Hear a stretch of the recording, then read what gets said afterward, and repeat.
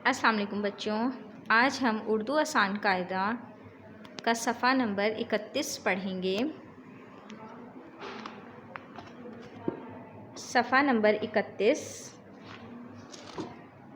पढ़ें और रंग भरें।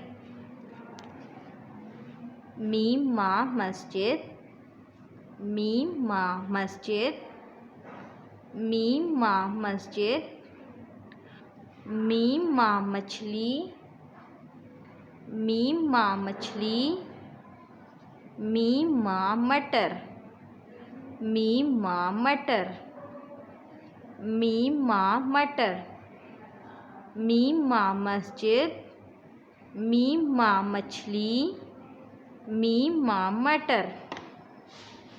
चलें बच्चों दोबारा पढ़ें।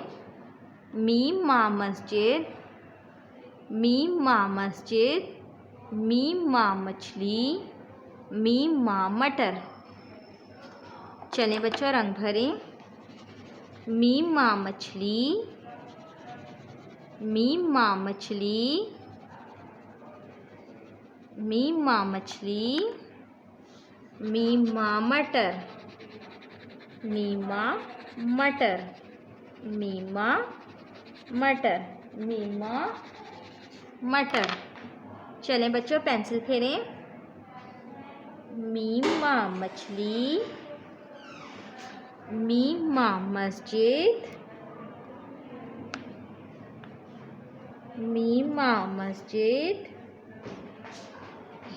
मीम माँ मछली, मीम माँ मछली,